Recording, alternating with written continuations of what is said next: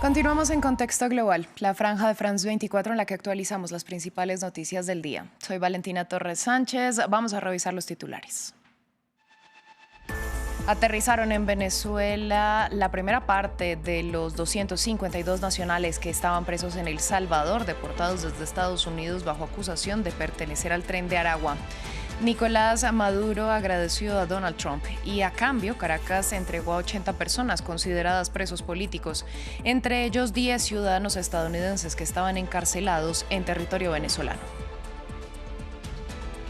Jair Bolsonaro ya porta una tobillera electrónica y como parte de las medidas cautelares del Tribunal Supremo no podrá usar sus redes sociales ni comunicarse con embajadores o diplomáticos extranjeros. Esto por su presunta implicación en el intento de golpe de Estado de 2022. En respuesta, el Departamento de Estados Unidos revocó la visa del juez encargado del caso contra Bolsonaro. Las fuerzas sirias anunciaron que desplegarán tropas en Sueida solo un día después de haberse retirado y luego de que grupos drusos y beduinos volvieran a enfrentarse a pocas horas de la entrada en vigor de una tregua.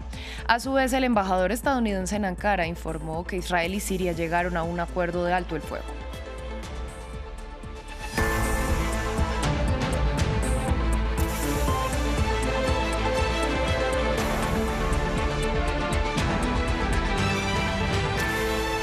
Comenzamos en Venezuela porque ya aterrizó en Caracas uno de los aviones con los nacionales liberados por El Salvador.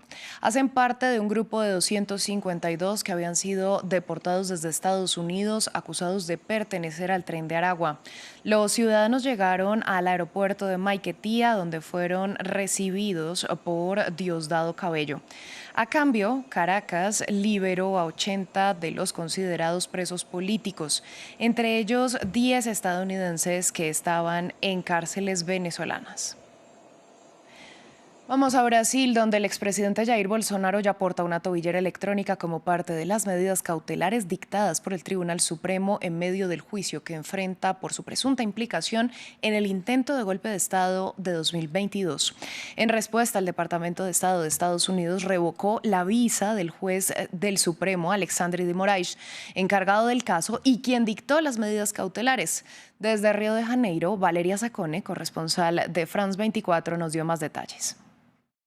El expresidente Jair Bolsonaro ya está con una tobillera electrónica después de que la Fiscalía General del Estado pidiese al Tribunal Supremo unas medidas cautelares ante el riesgo, según la Fiscalía, de una posible fuga. De hecho, hoy por la tarde el Tribunal Supremo se ha reunido para referendar esta decisión monocrática del juez Moraes y para mantener estas medidas cautelares que incluyen también la imposibilidad de usar las redes sociales. Tampoco Bolsonaro puede acercarse a embajadas y mantener contacto con diplomáticos extranjeros y además no puede mantener contacto con otros imputados ni tampoco con su hijo Eduardo Bolsonaro, que está en los Estados Unidos desde marzo haciendo lobby en contra de su prisión. De hecho, el juez Moraes ha visto en la actitud de Bolsonaro y de su hijo un crimen contra la soberanía nacional al ligar la abolición del posible arancel de Trump del 50% a una amnistía política. Y mientras tanto siguen las reacciones de los distintos políticos en un día muy tenso y después de que hubo un enfrentamiento abierto entre el presidente Trump y el presidente Lula, que ayer le llegó a tildar de emperador del mundo, dijo que no permite que un gringo le dé órdenes y defendió la independencia del sistema judiciario brasileño y también la soberanía de Brasil. Volvemos a Caracas para conectar con Daniela Zambrano, corresponsal de France 24, que se encuentra justamente a las afueras del aeropuerto de Maiquetía. Daniela, buenas noches. Cuéntenos los detalles de este recibimiento de los venezolanos que fueron intercambiados.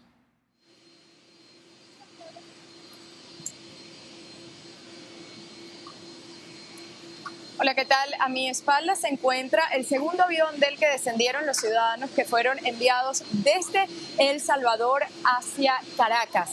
en 2 vuelos que llegaron un poco más tempranos y fueron recibidos por el ministro de Interior y Justicia, Diosdado Cabello, la vicepresidenta Delcy Rodríguez y el presidente de la Asamblea Nacional, Jorge Rodríguez, acá en el Aeropuerto Internacional de Maiquetía. Eran los 252 venezolanos que fueron enviados en marzo de este año a la cárcel Secot de El Salvador por una decisión unilateral de Estados Unidos que Venezuela calificó de ilegal. A cambio, el gobierno venezolano liberó a 10 ciudadanos estadounidenses que permanecían en cárceles venezolanas y a los que Venezuela calificaba de mercenarios. Esto ocurrió más temprano en un avión estadounidense que llegó a buscar a estos ciudadanos y ya están de regreso a sus respectivas casas. Adicionalmente, 80 ciudadanos venezolanos considerados presos políticos también fueron liberados el día de hoy. Según el ministro de Interior y Justicia, Diosdado Cabello, esto no corresponde a una negociación, sino una decisión soberana del gobierno venezolano tras una mediación con el expresidente español. Se desconoce la lista oficial de estos 80 ciudadanos que habrían quedado en libertad. Entre ellos se mencionó el exdiputado Williams Dávila.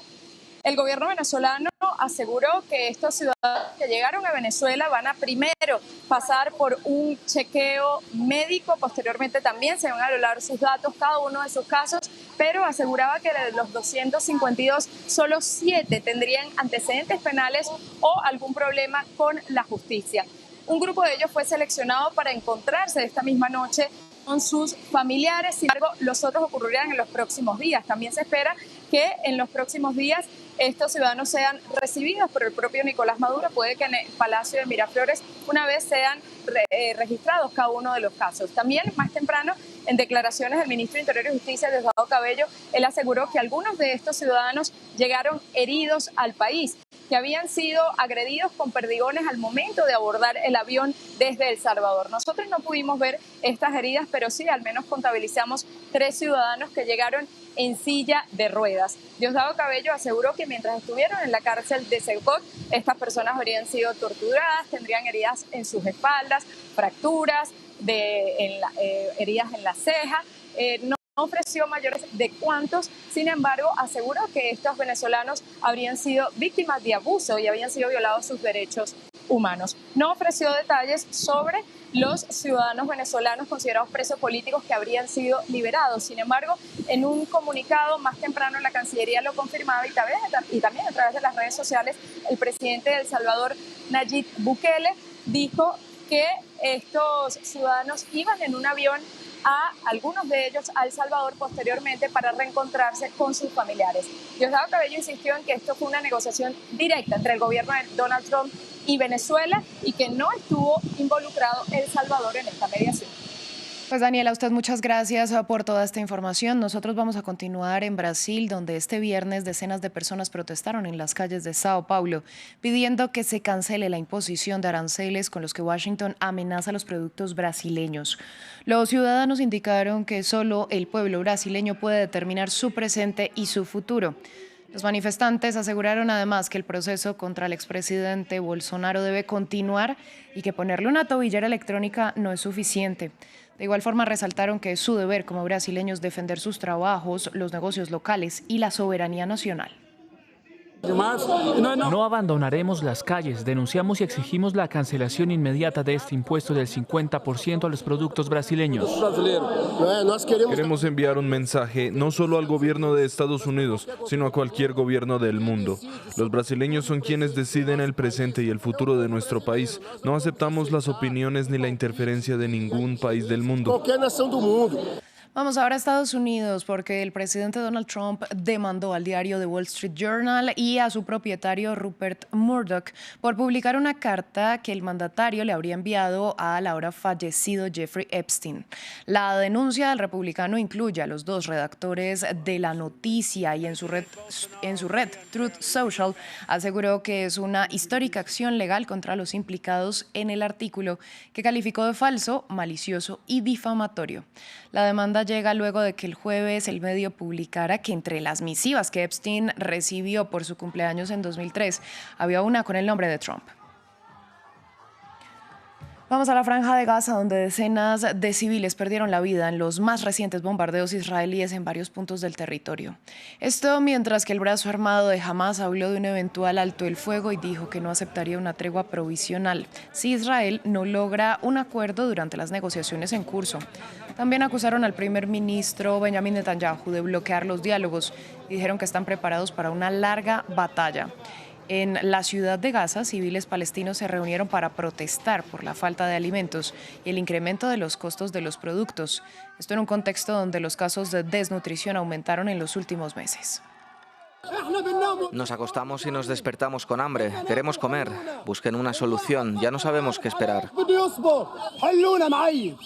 Busquen una solución. Estamos exhaustos y cansados. Pasamos días y semanas despertándonos y durmiendo con hambre. Ya basta. Todos tienen hambre. Todos los que están aquí tienen hambre y quieren comer.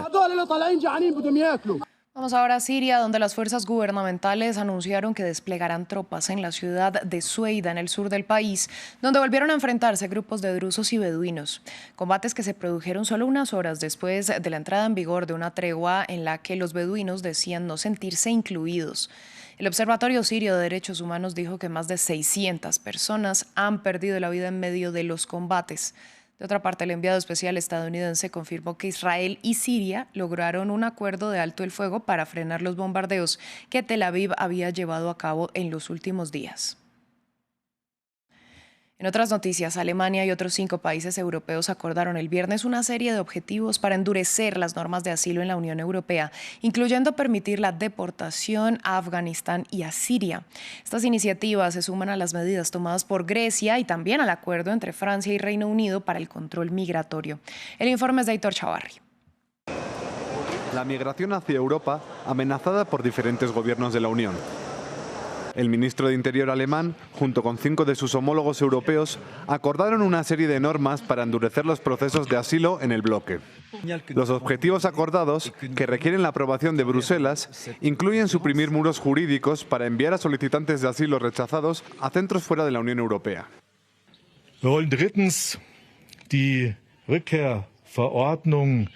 Queremos reforzar significativamente las normas de deportación. Esto incluye la posibilidad de crear los llamados centros de retorno, incluso en terceros países, donde las personas obligadas a abandonar el país también puedan ser alojadas fuera de Europa.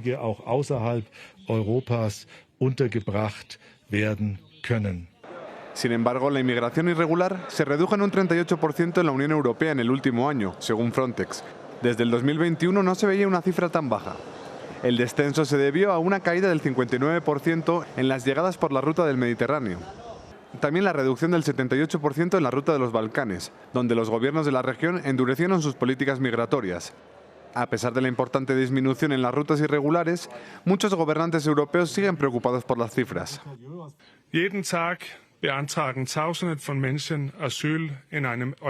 Cada día miles de personas solicitan asilo en un país europeo. Casi la mitad de estas solicitudes son rechazadas en primera instancia. Sin embargo, solo alrededor de 1 de cada 4 migrantes irregulares que han recibido una decisión de retorno dentro de la UE regresan a un tercer país. Esta situación es completamente inaceptable. Estas últimas medidas se suman a las que ya han tomado otros países europeos. Grecia suspendió por 3 meses los procesos de asilo para los migrantes que llegan por mar desde el norte de África, y Francia, junto a Reino Unido, acordaron una especie de intercambio tras las entradas por el Canal de la Mancha. Así llegamos al final de esta emisión de Noticias en France 24. A ustedes les agradecemos su sintonía y les recordamos que pueden ampliar todo nuestro contenido en la web france24.com y seguirnos en nuestras redes sociales. Quédense con nosotros que volvemos en breve.